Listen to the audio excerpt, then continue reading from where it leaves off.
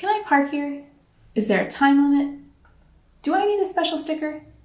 Just thinking about parking your personal car is confusing enough, and the need for innovation and improvement is clear. But what about all of those new mobility vehicles, those things that are now a part of the mobility landscape? What about the e-scooters, the cargo bikes, the microcars, and the electric unicycles? Where should those things park? Most parking policies that I've read start with an assumed vehicle, the privately owned gas-powered car. With such an assumption, it's not surprising then that Berlin is estimated to have 23 times as many car parking spaces as bike parking spaces. At the same time, just under 50% of Berliners have cars at home, while more than 75% of Berliners have bikes. And rather than competing with cars for curbside space, all of these small vehicles, including up through mopeds and motorcycles, are parking on the sidewalk, competing for that space with pedestrians and the businesses that need that space as well. I'd like to share a story that I find frustrating, and I think you'll find frustrating too. The Good Food is a carbon neutral business in Cologne. Working with government incentives, they purchased an electric cargo bicycle. It can carry 300 kg of goods at a time and completely eliminates their need for a car or a truck. Then, seeing that the sidewalk space in front of their store is quite narrow, they worked with the city of Cologne to create a loading zone in front of their store, usable not only by themselves, but also their neighboring businesses. Sounds like a success. But there's a catch. The national roadway law in Germany says that a loading zone may only be used by a motor vehicle. And the parking control officers, following the letter of the law, are saying that the cargo bike does not fit the category of a motor vehicle and has to do deliveries from the sidewalk. And it's going to have to do that in a way that conflicts with the passing pedestrians. I find this story so illustrative. What did the Good Food do wrong? Let's take a look. The loading zone is a parking space for loading goods into and out of a vehicle. Okay, check. The store was using the space properly. Then it's the vehicle itself, maybe? What about the motor part of motor vehicle? Well, the electric cargo bike does have a motor. Sure, it is human powered, but it also has an electric assist. And if I'm not mistaken, there are electric trucks on the market as well. So then, is it the speed that the motor can reach because the truck can go faster than the cargo bike? Yeah, maybe, the electric cargo bike doesn't get that fast, but what does that actually have to do with the situation of the loading zone? And that to me is the critical question. What does any of this have to do with parking? What does the engine size, the weight, the speed have to do with how a vehicle parks? The Good Food story will have a happy ending. In April of 2020, the national roadway law in Germany was updated to include a new sign for cargo bikes. And the city of Cologne has agreed to install these new signs at loading zones across the city. So, in a few months, when the loading zone space has a cargo bike sign, the Good Foods problem will be solved and the parking control officers will be appeased. But this story and my conversations with Nicole Klasky, the owner of the shop, led me to think about other definitions used in parking and if they really have to do with parking itself. I want to turn now to resident parking. The development of innovations in vehicle design are clear and widespread, but there's also been a lot of development in the business of mobility. It used to be that owning a car was really your best option for having access to that vehicle. You could own the car outright or you could lease it 3 to 5 years. No matter what, it was a long-term commitment. Now, you don't have to make that commitment.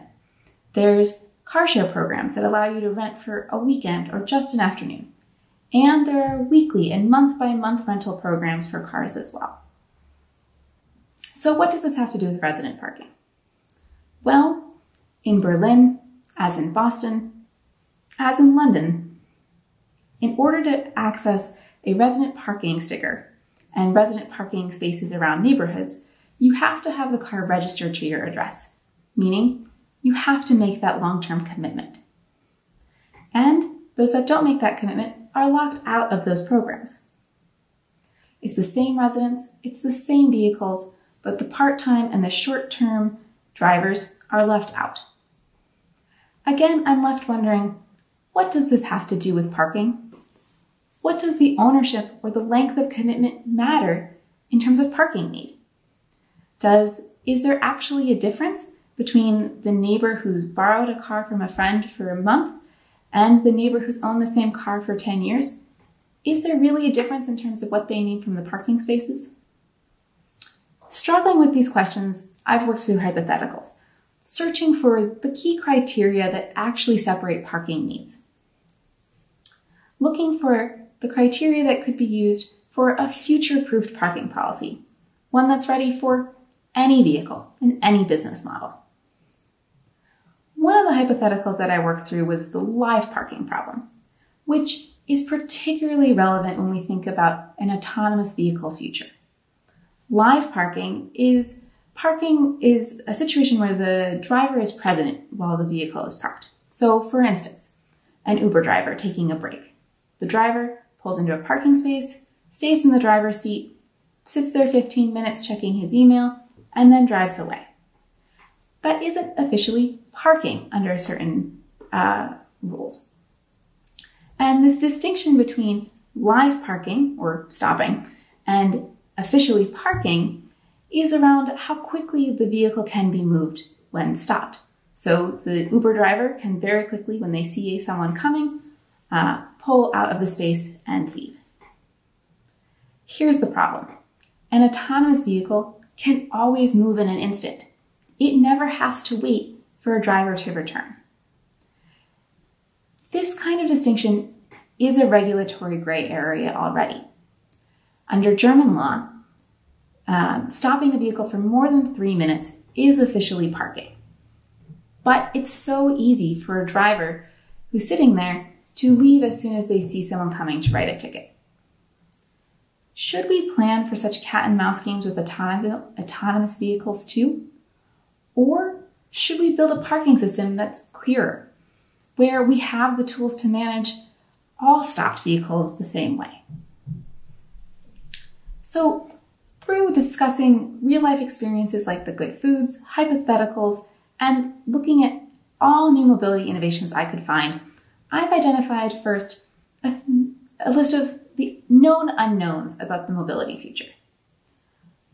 There is a lot that we do not know right now about the future vehicles we will be using. We don't know what speeds they'll go, what weight they'll have, what sort of power source they'll have, if they'll be enclosed like a car or open like a scooter or a bike. We don't know what locking mechanism they'll use. And we don't know how many seats they'll have, or if they'll have no seats at all like an e-scooter.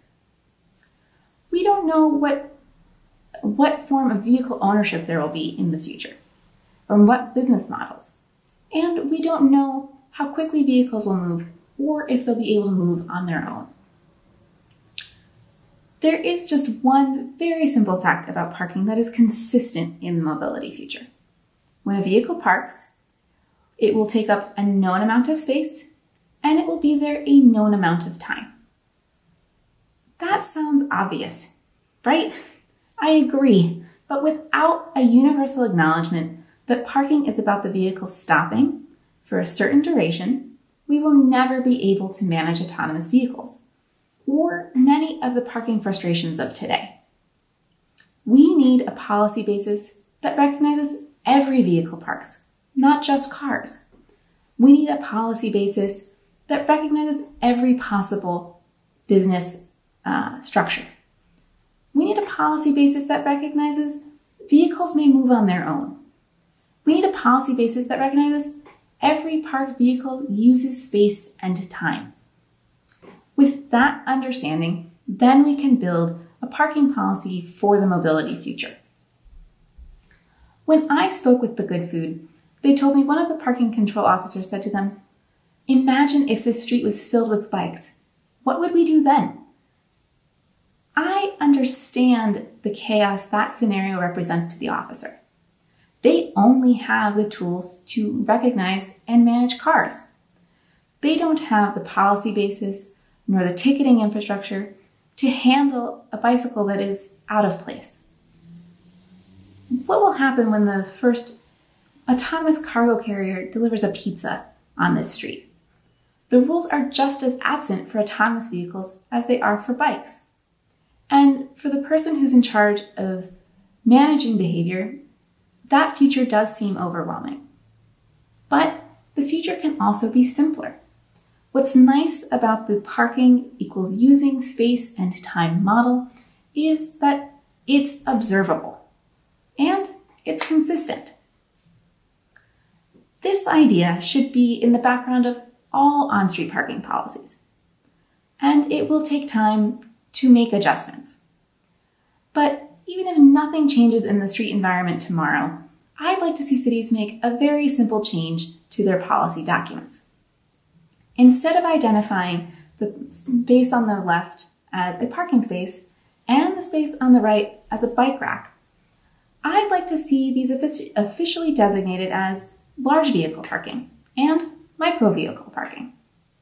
That way, when confronted with a push-powered school bus the size of a small car, or a one-seat electric scooter that has all the exterior features of a small car, there will be no question about where these two items will park in public space.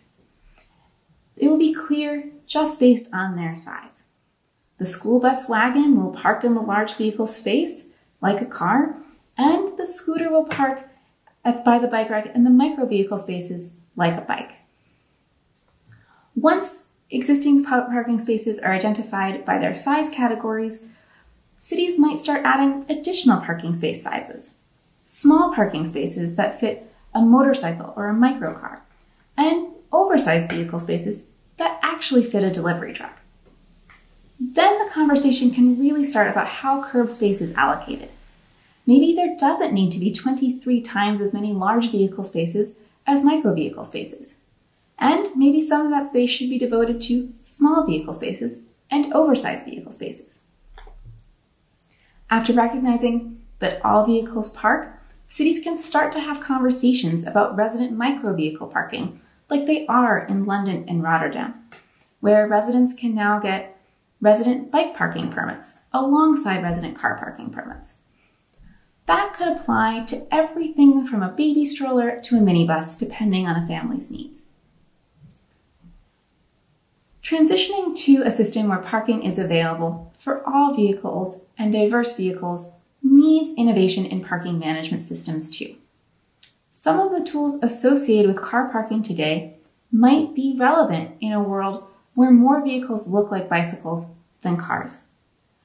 Parking ticketing and time limits might be relevant in a world that's filled with autonomous vehicles or e-scooters.